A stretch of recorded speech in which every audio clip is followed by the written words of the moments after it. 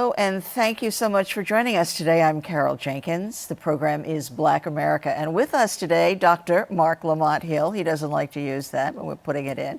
Distinguished Professor of African American Studies at Morehouse College, a CNN and BET contributor. You see him almost every day, and the author of an important, timely, and incisive new book, Nobody: Casualties of America's War on the Vulnerable, from Ferguson to Flint and beyond. And thank you so much, Marc, for being here. Oh, it's my pleasure. I'm excited. Yeah, well, certainly beyond. I mean, Absolutely. The book is incredible. I can't imagine how you must feel knowing how much has happened since you finished writing it. No, absolutely. One of the things people asked me when I started to write the book was, will it be relevant still?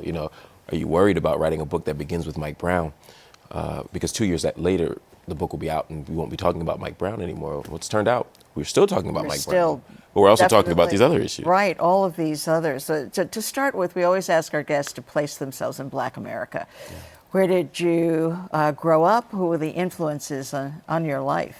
Yeah, I grew up in Philadelphia and North Philadelphia I began, and then spent the later part of my childhood in West Philadelphia. And in both cases, I was surrounded by a wonderful, loving community. I didn't grow up in a particularly wealthy neighborhood. I grew up in a very poor neighborhood, in fact.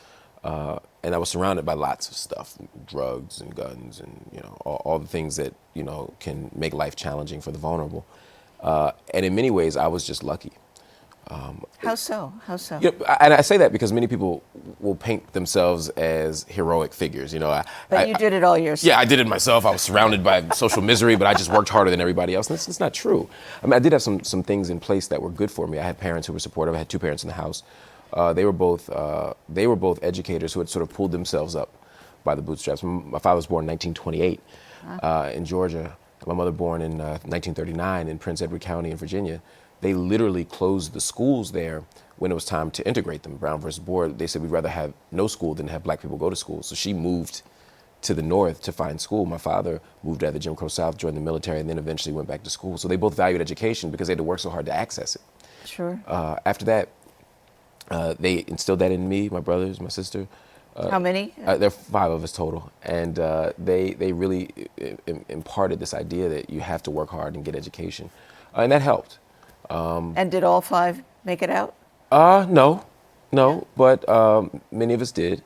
All of us are doing our best against sometimes some tough odds. Sure. And it's fascinating now to go back to reflect on those moments where I didn't follow the right path, and I think, wow, the only difference between me and my friends who are incarcerated, or me and my brother who just came home a few years ago from prison, or me and friends who are dead, and many of my friends, childhood friends, are dead, isn't that I worked harder or did better. It's just that I got lucky, or I didn't get caught, or I made a different choice, or I stayed home that day, or whatever the issue might be. So I never overstate the value of hard work, at the same time that I see hard work and character as a key thing here. Yeah, so you have to work hard and you have to be lucky. That's exactly right. Is the thing. We're going to go into the detail of the book in just a minute, but I want to get your assessment of where we are now. So you have this firsthand personal experience of how tough it is, that some of your siblings didn't make it out. You did. Yeah. You're a professor with a doctorate and, highly thought of. Your opinion is respected. We hang on every word when you're doing analysis. What do you think about this country now? I think we're at a key moment here, a critical moment. I don't think that we are necessarily worse off than we were, say, 10 years ago or 8 years ago. Some of the polls will say, since President Obama has come into office, race relations have gotten worse. I think that's very much the worldview of people who could hide themselves from racism. And who had no idea how bad it was. They didn't know how bad it was, right? They just didn't have access to it. Right, They had willful ignorance to it. Right. But the truth is, we've been wrestling with state violence for a long time. We've been wrestling with inequality for a long time. America is founded on inequality and the exploitation of labor, and so that's no different. I think right now that we have a unique opportunity to have public discussions about those things. Conversations that were once in the back burner are now at the front. For example, mass incarceration is something that everybody talks about. Sure. No one talked about that even 5 years ago in the way that they have right now. Mm-hmm. We're able to talk about state violence in a way that's eyes wide open. Before these cell phone cameras emerged, many people didn't want to believe that police would shoot unarmed people, or that people would be running away and get shot in the back, as Walter Scott was in Charleston. But now we have access to a different kind of conversation. And while it's still messy and it's still dangerous out here for many of us, there's at least a chance to make a different choice. And when you combine the backdrop of economic inequality, social and cultural deprivation, and extreme amounts of violence, when you combine that with the current presidential cycle, we have people running for office on two very different platforms. Right. There's a real opportunity to figure out what direction we want to go in as a nation. Right. So you will probably be one of the architects of where this country goes after this election. And, what's the first thing you say? I noticed that you, in the book, refer to it as the state. It gives it a very ominous, reference to it. Yeah. I mean, what are you suggesting? I'm sort of doing this backwards because I know you also talk about the nobodies who are now the somebodies who are trying to correct Right. the discrepancies in our culture. Yeah, I think the key first is to recognize how the state operates, right? And that's why I constantly frame it as the state as opposed to just saying the government or the powers that be. I think we have to understand that there is a government infrastructure here that has a set of practices and beliefs and values. And that the incidents that happen, whether it's state violence or whether it's joblessness or homelessness or poverty writ large, aren't accidents. They are part of a system that generates this kind of stuff. Since its founding, America has been founded on somebody being rendered nobody. We often say the system is broken, the system is broken. And the truth is, the system isn't broken, the system is working.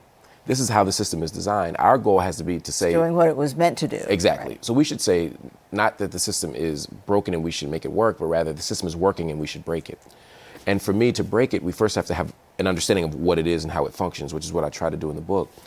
But then we also must recognize that those who are framed and marked as nobody in this country, whether it's because you're poor, whether it's because you're gay, lesbian, bisexual, or transgender, whether it's because you're a woman. Or an immigrant. Whether it's because you're an immigrant. Right. All of these things, other abled, all of these identities can, at different points and at different moments, get you marked as nobody.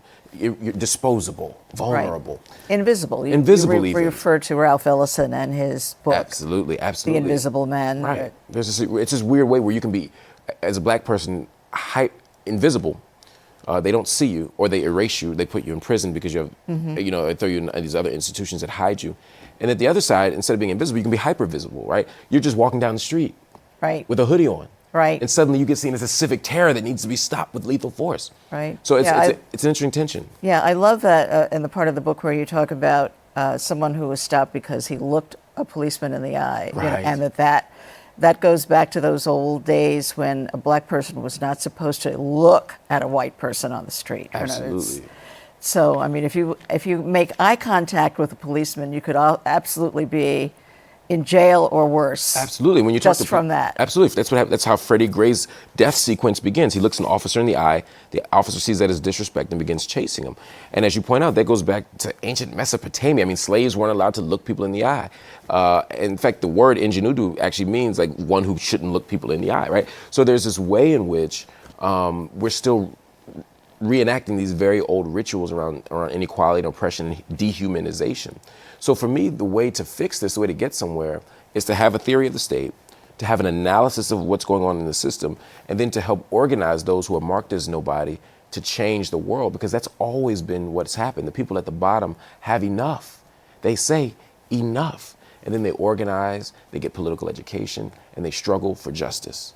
So as we have now in the case of Black Lives Matter. Absolutely. The BYP 100. Y100, Charlene Carruthers, I know she was on the show talking about the work that they're doing.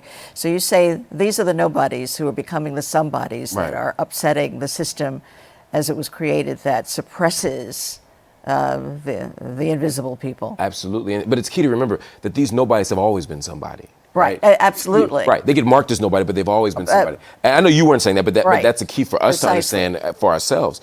Because historically, there's always been resistance, whether it's people saying, holding up signs saying, I am a man, or in Alcatraz saying, we are men, and we should also say women, right? Right.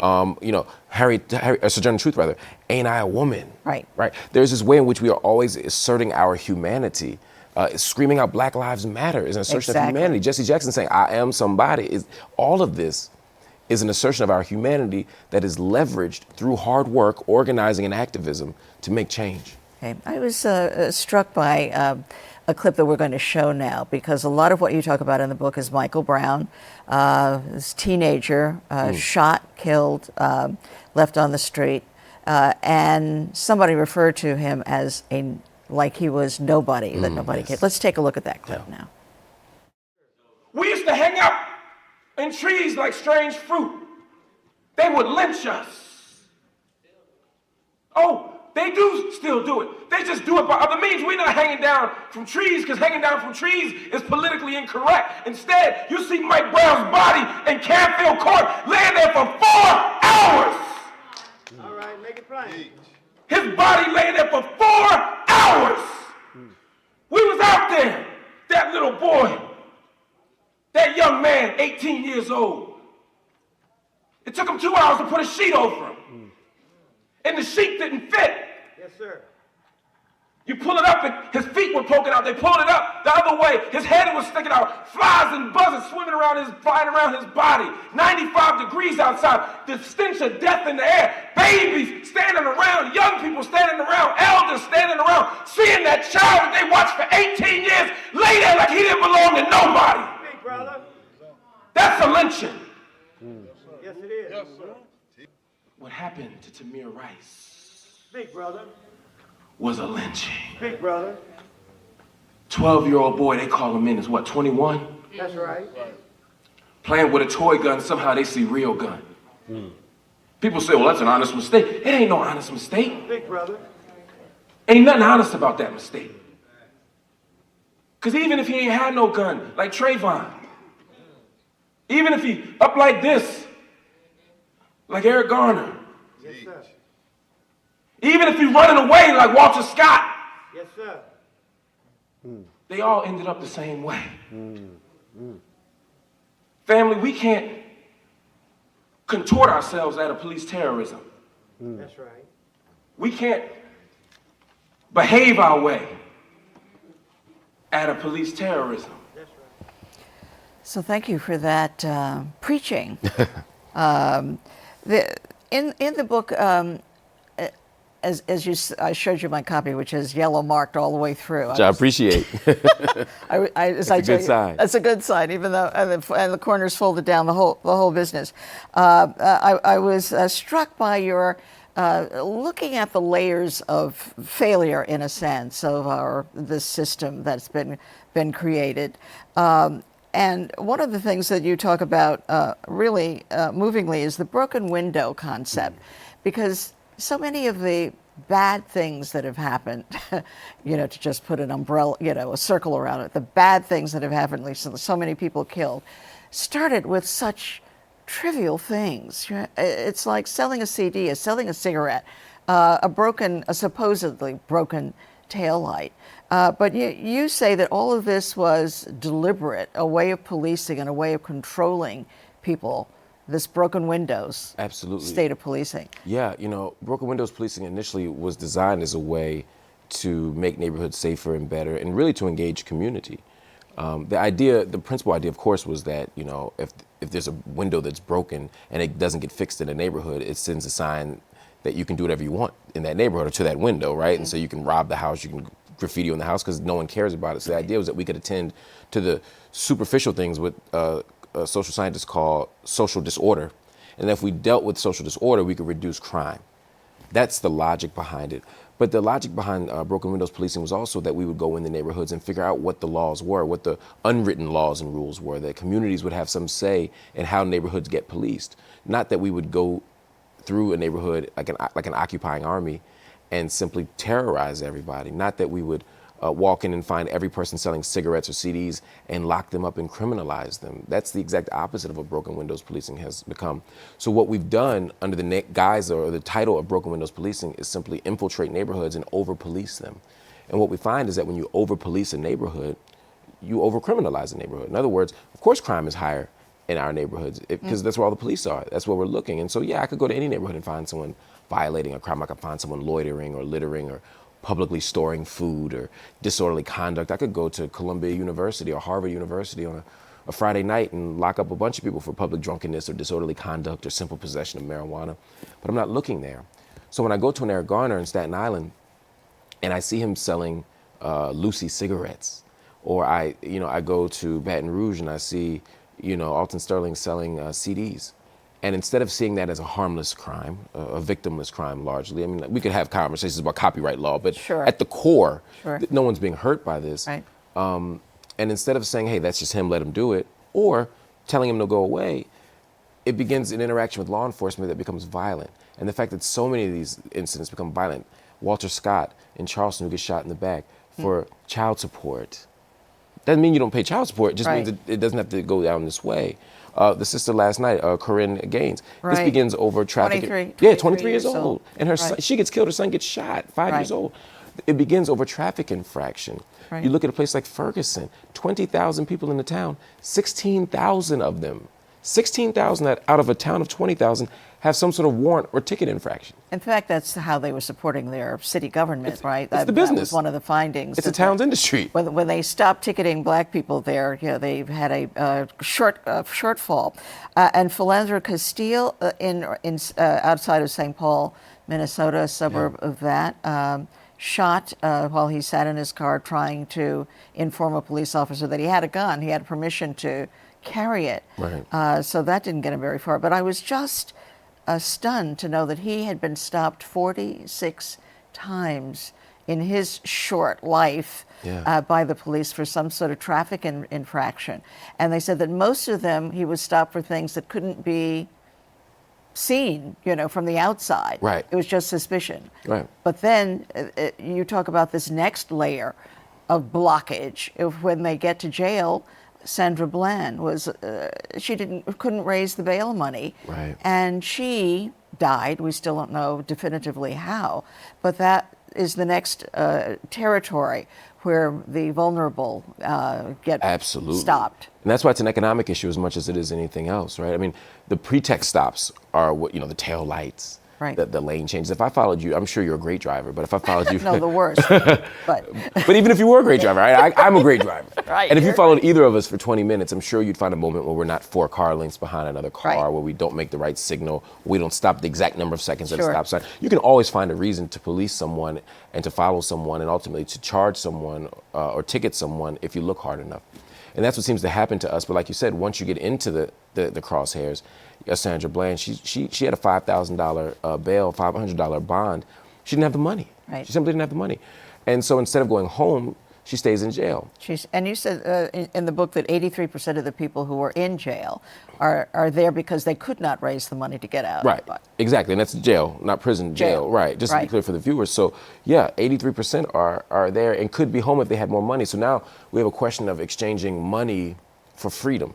That's not the spirit or the purpose behind the bail system. It was to make sure that people return to court, not to become a way, it's not a punishment, and it's not a way of locking up the poor and letting the middle class and the rich out for the same crimes. We need a new system. And now you take up the prosecutor Mosby in Baltimore. Yes. For her speediness at which some people would say that's a good thing. She indicted them right away. But now we know that all of those police officers have been released without any guilt found whatsoever. Yeah, I think she did. Let me be very clear. I think Yeah. Marilyn Mosby did a great job. I think her call for justice was significant and courageous. There will be debates about whether she overcharged and whether that undermined the case. There'll be debates about whether she should have charged maybe 2 of the officers instead of all 6, whether Cesar Goodson should have been charged only. There are debates about that, Sure. but I think she operated in good faith, and I think we should be protecting her from many of the assaults that she's receiving right now. I think she was right. That said, many of us who are applauding her for using her prosecutorial power in that way don't realize that, as the old folks say, she may have struck a straight lick with a crooked stick. In other words, it worked out well in this case, but most of the time when prosecutors deploy that kind of power, it operates against the vulnerable. Right. Not what Marilyn Mosby did, but in other cases, because we live in a moment where the prosecutor has essentially replaced the judge as the ultimate arbiter. Mandatory minimums mean the judges don't have any latitude in what they can do. And so what happens is what the prosecutor chooses to charge becomes the ultimate decider. And so that means that prosecutors have a ton of power, and that can be very, very dangerous.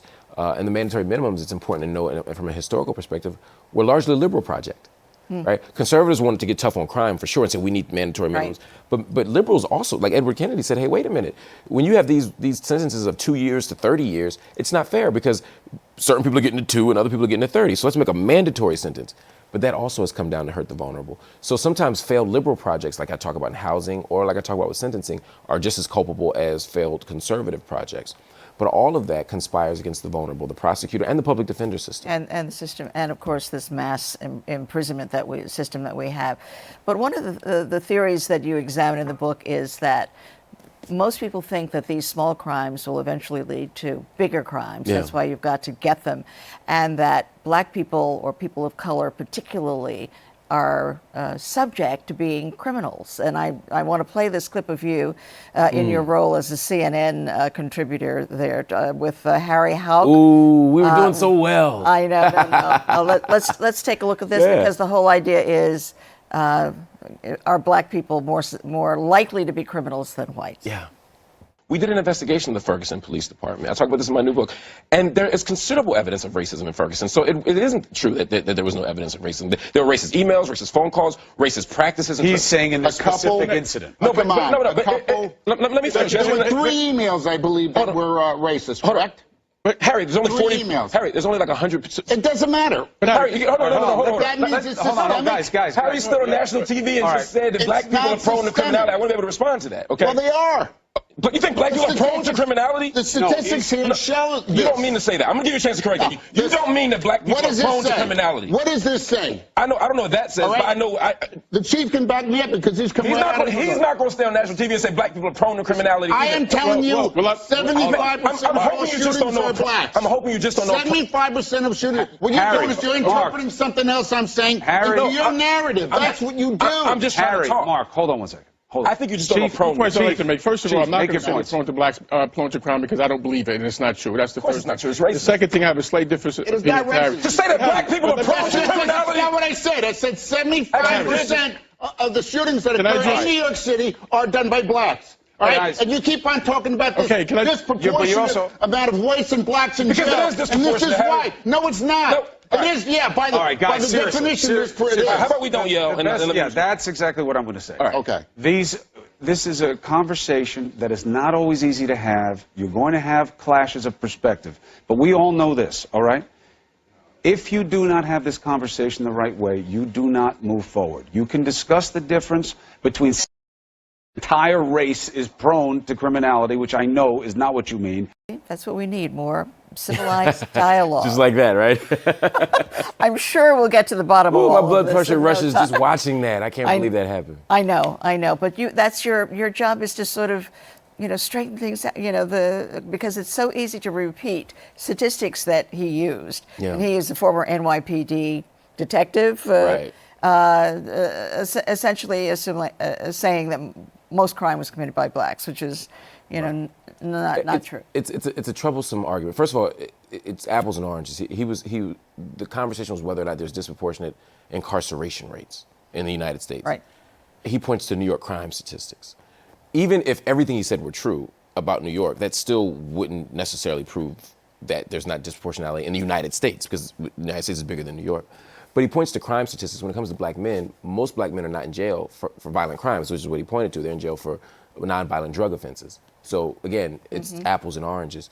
But he also doesn't address the systemic issues around over-criminalization, over-policing, which is what Philip Banks talks about. Ironically, the brother on the left is the one who initiated the policing of Eric Garner. Oh, really? Yeah, and I talk about that in the book. He's the Philip Banks who said we need to clean up the neighborhood, because he was the top uniformed officer in New York at the time. Right. So there's a lot. The statistics can be used in many ways. Sure. But the truth is, there's much more evidence, incontrovertible evidence, that there's disproportionality in sentencing, in charging, in policing, in death penalty.